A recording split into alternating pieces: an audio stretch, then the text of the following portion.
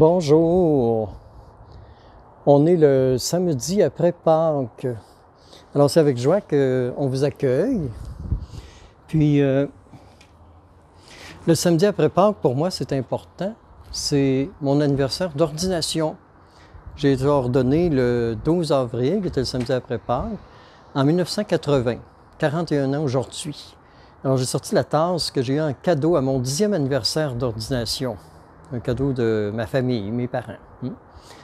Sur un côté, c'est ma photo. L'autre, c'est mon calice que mes parents m'avaient offert en cadeau d'ordination.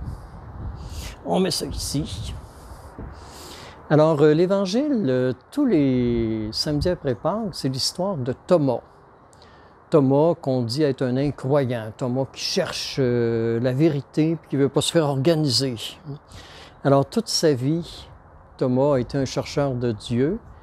Mais je me souviens de la prédication qui avait été faite à mon ordination, où Monseigneur Fortier m'avait dit « Oublie pas que comme Thomas, toute ta vie, tu seras quelqu'un en recherche de Dieu et que tu auras besoin du témoignage des autres pour bien saisir Dieu dans ta vie. » Alors ça m'amène à réfléchir et à penser que notre connaissance de Dieu, comme pour Thomas, elle naît toujours du témoignage des autres.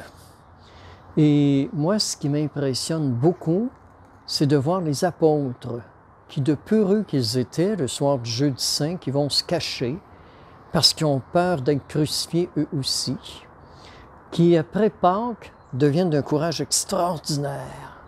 Et c'est ce qui fait qu'ils vont témoigner au point de tous connaître le martyre, à l'exception de Saint Jean. Alors, pour avoir une vraie connaissance de Dieu, je dirais que ça prend trois choses. Premièrement, si on veut avoir une vraie connaissance de Dieu, il faut lire les évangiles. Il faut connaître l'histoire de Jésus. Si on n'aime pas lire, on peut toujours écouter un film sur Jésus de Nazareth, il y en a d'excellents.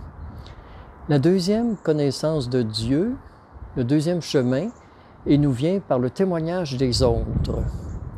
Et notre vraie connaissance de Dieu, elle vient par nos engagements en Église. Et là-dessus, j'insiste, notre engagement en Église, parce que même Thomas, qui est un des apôtres, un des choisis, n'a pas eu droit à son apparition privée.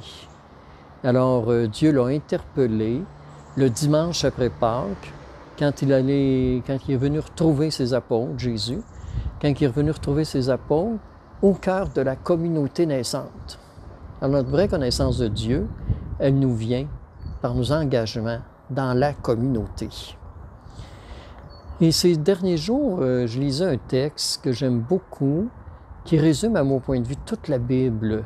C'est tiré du chapitre 3 de l'Évangile de Saint Jean. Et Jésus dit à ses apôtres, « Le Père m'a envoyé, non pas pour vous juger, mais pour vous sauver, afin que vous ayez tous la vie éternelle. » Pour moi, ça résume toute la Bible. Jésus est venu dans ce monde pour nous sauver et nous donner la vie éternelle. Alors, comment se fait-il qu'on puisse vivre dans la crainte de Dieu? C'est une grosse question. Comment se fait-il qu'on ait si peur de Dieu? C'est vrai que la crainte de Dieu, on a appelé ça un don de l'Esprit Saint. Mais le don de l'Esprit Saint, c'est pas d'avoir peur de Dieu, c'est de ne pas craindre d'être à la hauteur de ce que Dieu souhaite de nous comme chrétiens. Par contre, il faut savoir, et c'est le dernier discours de Jésus, comme je l'ai déjà mentionné, que Dieu se réjouit, que le Christ se réjouit de tout ce qu'on fait en son nom, surtout auprès des gens qui souffrent. Alors, je pense qu'il faut vraiment se répéter souvent dans sa tête que Dieu ne nous juge pas, qu'il nous offre le salut et qu'il nous invite à faire sa joie en nous engageant autour de nous avec ceux et celles qui en arrachent avec leur bonheur. Jésus poursuit son texte dans le chapitre 3 en parlant de la lumière et des ténèbres. Alors, il dit « Ceux qui sont dans la lumière ne craignent pas les ténèbres, parce qu'ils savent que leurs œuvres sont bonnes. Ceux qui sont dans les ténèbres craignent la lumière parce qu'ils savent que leurs œuvres ne sont pas bonnes, puis ont peur d'être reconnus pour des œuvres qui ne font pas la joie de Dieu. Alors, qu'est-ce que c'est que d'avoir des œuvres mauvaises ou que de vivre dans la lumière? Alors, je me souviens ici, mon directeur spirituel, quand j'étais au grand séminaire, qui disait, il avait écrit sur sa porte, « Mieux vaut mourir usé que rouillé. » Usé à faire du bien plutôt que de rouiller à être assis puis jamais bouger puis jamais rendre service à personne. Il avait écrit aussi, puis ça m'est resté dans la tête toute ma vie, jusqu'à date en tout cas. Alors il a écrit sur sa porte, il ne faut jamais empester les autres avec nos odeurs de sainteté. Alors, vivre dans la lumière, c'est faire le bien, fuir le mal, mais surtout faire le bien. Puis on ne pourra jamais arriver à une connaissance complète et réelle de Dieu si on n'a pas porté attention à une personne qui souffre autour de nous pendant notre vie.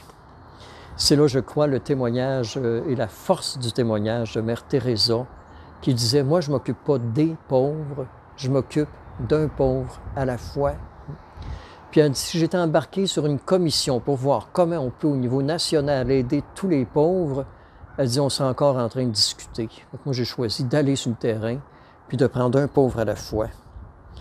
Alors, pour moi, vivre dans la lumière, c'est de vouloir faire du bien. Et vivre dans les ténèbres, par conséquent, c'est de vouloir toujours juger les autres, s'essouffler à vouloir tout contrôler dans la vie. Et faire en sorte que parce qu'on veut tout contrôler, on contrôle les autres, puis on finit même par vouloir contrôler Dieu, ce qui vient parfois d'un désir inconscient. Comment savoir si je veux contrôler Dieu? Facile, c'est quand on se met à juger les autres. Ou bien quand on dit par exemple, pourquoi ça y arrive à lui? Il n'a pas mérité ça.